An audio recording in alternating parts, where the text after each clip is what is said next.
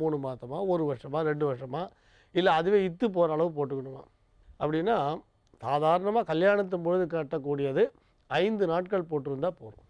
நீங்கள் வந்து யாத்திரைக்காக சங்கல்பம் பண்ணி ஒரு ரெட்டையை கையில் கட்டிக்கிறீங்கன்னா, உதாரணம் இப்போ காசிக்கு போகிறோம், கையில் வந்து இந்த கயிறை கட்டிக்கிறோம் அப்படின்னா, அந்த காசிக்கு போயிட்டு வர வரைக்கும் திரும்பி வந்ததுக்கப்புறம் அந்த ரெட்டையை அந்த கயிறை வந்து அவுத்துடலாம். இப்போ நீங்கள் வந்து பிரம்மோற்சவத்துக்கு ஒரு கோயில்கள்லாம் கண்டிப்பாக பார்த்துருப்பீங்க, அர்ச்சகர்கள்லாம். அவள் அந்த 10 நாள் முடிஞ்சதுக்கப்புறம் அதுக்கப்புறம் அதை அவள் அவுத்துடலாம். ஊர் எல்லையில் கொடியேற்றலான்னு சொல்லுவாள். அதுக்காக சில பேர் கயிறு கட்டினால் அந்த கயிறை ஊரில் வந்து அந்த கொடி ஏற்றி அந்த உற்சவம் பண்ணி கொடி இறக்குனதுக்கப்புறம் அந்த கையில் இருக்க கயிறை அவுத்துடலாம். சில பேர் 45 நாளைக்கு ஒரு ஜபம் பண்ணுறேன்னு சொல்லி நீங்கள் பார்த்துக்கலாம். பாருப்பா அவன் கங்கணம் கட்டின்னு திரியிறான்னுவான். இந்த கையில் கயிறு கட்டின்னு திரியிறா பாருங்க, அதான் கங்கணம் கட்டின்னு திரியிறான் பாருன்னுவான். இந்த கயிறில் என்ன பண்ணுவான், இந்த கயிறு கட்டின்னு ஜபத்தை ஆரம்பிப்பான். 45 நாள் ஜபிக்கிறான்னு. அந்த ஒரு மண்டலம் ஜபம் முடிஞ்ச பிறகு அந்த கயிறாவை அவுத்துடலாம். சில பேர் பார்த்திங்கன்னா சில குறுக்கிட்ட நோக்கத்துக்காக கட்டுவான். அந்த நோக்கம் முடிகிற வரைக்கும் 3 மாதமோ 15 நாளோ 2 மாதமோ அப்படியே இருக்கலாம். ஆக ஒரு காரணங்களோடு கட்டும்பொழுது அந்த காரணம் முடிஞ்சிடுத்துனா அதுக்கப்புறம் என்ன பண்ணலாம், அந்த ரெட்டையை வந்து கட்டி நீங்கள் விசர்ஜனம் பண்ணிடலாம். எடுத்து ஜலத்தில் விட்டுடலாம், இல்லை மண்ணில் சேர்த்துடலாம். ஆனால் அது கைட்டாக அதை வந்து அவுக்காமையே இருக்கணும்னு நினச்சிட்டு இருக்கிறது கட்டாயம் வேண்டாம். அதுக்கப்புறம் ஒவ்வொரு கோயிலுக்கு போகும்போதும் ஒரு கையில் வாங்கி கயிறு வாங்கி கட்டுறதை தவிர்க்கணும். நிறைய பேர் அது மாதிரி என்ன பண்ணிடுவா, ஒரு முறை கோயிலுக்கு போகும்பொழுதும் ஒரு படம் வாங்கிட்டு வந்து வைப்பான். கிட்டத்தட்ட ஒரு 4-5 வருஷத்தில் பார்த்தா ஒரு 30-40 படம் ஆகிடும். அந்த ரூமில் இடமே இருக்காது. அதுக்கப்புறம் பார்த்தா முதல்ல ஆரம்பத்தில் சூரத்தனமாக தொடச்சி கிடிச்சு எல்லாம் பண்ணுவாள். ஒரு 6 மாதம் ஆன உடனே நிறைய படம் சேர்ந்து போச்சுன்னா 30 படம் 40 படம் துடைக்க மாட்டான். எல்லாம் அப்படியே தூசி படிஞ்சிருக்கும். அந்த மாதிரிலாம் கூடாது. அதனால் நாம் அந்த மாதிரிலாம் வேண்டான்றதுக்காக தான் என்ன சொல்கிறோம், என்ன தேவையோ அந்த படம் இருந்தால் போகிறோம், என்ன விக்கிரகமோ நமக்கு தேவையோ அது இருந்தால் போகிறோம். கையில் அது மாதிரி ரெட்சை நம்ம என்ன காரணமோ அதை கட்டினா போகிறோம். அப்போ ஒரே கையில் 5 ரெட்சை 6 ரெட்சை கட்டிக்கிறது ஒரு 6 மாதம் 1 வருஷம் ஆனால் கூட அவுக்காமல் இருக்கிறதுன்னு அவசியம் இல்லை. காரணம் காரியம் தெரிஞ்சு செய்தால் அது சரியானபடி இருக்கும். அதனால் இந்த ரெட்சை நம்மளை காப்பாற்றும். ஆனால் அதுக்குரிய காலம் முடிஞ்ச உடனே அதை எடுத்துடலாம். இப்போ நம்ம கூட கழுத்தில் மாலை போட்டுருக்கோம், அந்த ரோஜா மாலை இருக்குன்னு அந்த ரோஜா மாலை வாடிட்டா எடுத்துடுறோம். அந்த விஷயங்கள் முடிஞ்ச பிறகு கையில் இருக்க வேண்டிய அவசியம் கிடையாது. அதனால் இதை அவுர்த்து விசர்ஜனம் பண்ணிடணும். கையில் தொடர்ந்து இருக்கலாமாண்ணா, அதுக்கப்புறம் அதுக்கு பலன் இல்லைன்னு சொன்னதுக்கப்புறம் இருந்தாண்டா இல்லைண்ணா, அது குறிப்பிட்ட காலம் தாண்டின பிறகு அதுக்கான பலன் கிடையாது. அதனால் அந்த குறிப்பிட்ட காலத்துக்குள்ளே அதை செய்யணும். அதனால் நாம் ஒரு கையில் வந்து 5-6 கயிறை தொடர்ந்து கட்டிக்கிறத அதை தவிர்த்துடலாம். என்ன தேவையோ என்ன காரணத்துக்கு கட்டிக்கிறோமோ அந்த காரணம் முடிஞ்ச பிறகு அதை விசர்ஜனம் பண்ணிடலாம். இப்போ தொடர்ந்து ஜோதிட ஆன்மீக கேள்விக்கு போகலாம். நம்புங்கள், நல்லதே நடக்கும். ரொம்ப நன்றி சுவாமிஜி. நேர்களுக்காக இன்னைக்கும் நிகழ்ச்சியில் நல்ல ஒரு ஆன்மீக தகவல் பகிர்ந்துக்கிட்டீங்க. தொடர்ந்து நேர்களோட கடிதங்கள் நம்ம பார்க்கறதுக்கு முன்னாடி ஒரு சிறிய இடைவேளை. மேஷ ராசிக்கு இது ஒரு மிக அற்புதமான நன்மைகள் நடைபெறுகின்ற நல்ல நாளாக விளங்குகிறது.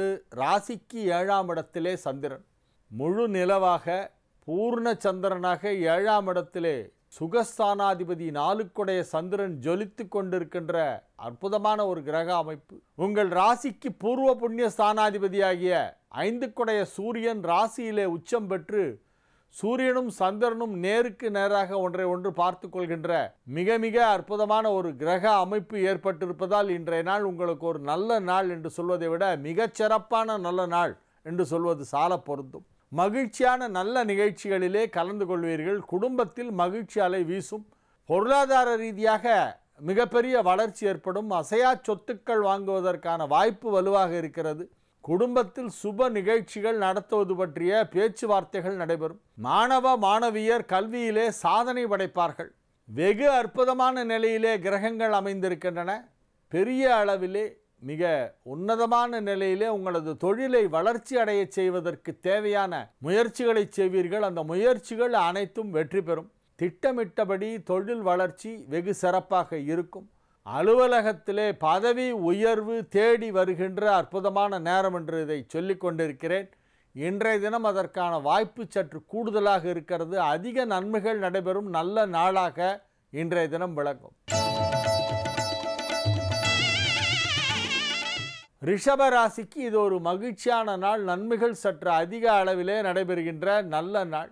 ராசி அதிபதி சுக்கிரன் 11ஆம் இடத்திலே உச்சம் பெற்றிருக்கின்ற அற்புதமான இந்த தருணத்திலே வலுவான நிலையிலே பிற கிரகங்களும் அமைந்திருக்கின்ற அற்புதமான ஒரு நேரமாக இப்பொழுது நடைபெற்று கொண்டிருக்கிறது. ராசியிலே இருக்கும் 7 செவ்வாயை குரு பார்த்து கொண்டிருக்கிறது. களத்திரகாரகனும் ராசி அதிபதியுமான சுக்கிரனை குரு பார்த்து கொண்டிருக்கிறது. திருமண வயதில் உள்ள ரிஷப ராசியினருக்கு இப்பொழுது திருமணம் நிச்சயமாகும். பொருளாதார ரீதியாக ஓரளவு நல்ல முன்னேற்றம் இருக்கும் என்றாலும் செலவுகள் சற்று அதிகமாக இருக்கும் என்று சொல்லலாம். குடும்பத்தில் மகிழ்ச்சியான சூழ்நிலை உருவாகும். குடும்ப உறவுகள் வலுப்பெறும். அசையா சொத்துக்கள் வாங்குவதற்கான வாய்ப்பு இப்பொழுது வலுவாக இருக்கிறது. நன்மைகள் சற்று அதிக அளவிலே நடைபெறுகின்ற அற்புதமான நாளாக, மகிழ்ச்சியான நாளாக இந்த நாள் விளங்கும். மிதுன ராசிக்கு இது ஒரு மிக மிக அற்புதமான நன்மைகள் நடைபெறும் நல்ல நாள். ராசிக்கு 11ஆம் இடத்தில் ராசி அதிபதி புதன் சூரியனோடு இணைந்து புத ஆதித்ய யோகம் என்னும் யோகத்தை பெற்றிருக்கிறது. இந்த புதாதித்ய யோகம் 11ஆம் வீட்டிலே ஏற்படுவது மிகப்பெரிய ஒரு சிறப்பு. மிதுன ராசிக்கு இப்பொழுது நன்மைகள் சற்று கூடுதலாக நடைபெறும் என்று உறுதியாக சொல்லலாம். 5 பூர்வ புண்ணிய ஸ்தானாதிபதி சுக்கிரன் உச்சம் பெற்று குருபார்வை பெறுகிறது.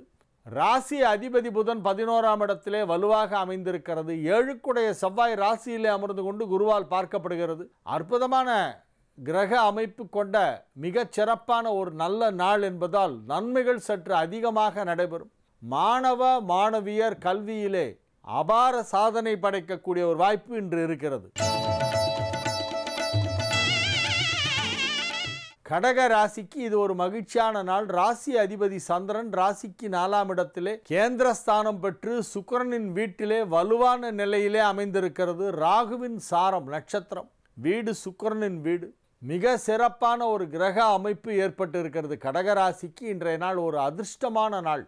வாழ்க்கையில் அதிர்ஷ்ட காற்று வீசுகின்ற நாள் என்று சொல்லலாம். இன்னைக்கு ஏதாவது ஒரு நல்ல சந்தர்ப்பம் உங்களுக்கு கிடைக்கும். அந்த சந்தர்ப்பத்தை நழுவ விடாமல் பயன்படுத்தி கொள்ள வேண்டும். தொழில் ரீதியாக ஒரு பெரிய வளர்ச்சி ஏற்பட வாய்ப்பு இருக்கிறது. தொழிலை பொறுத்தவரை இன்றைய தினம் மிகப்பெரிய வெற்றி கிடைக்கக்கூடிய வாய்ப்பு இருக்கிறது.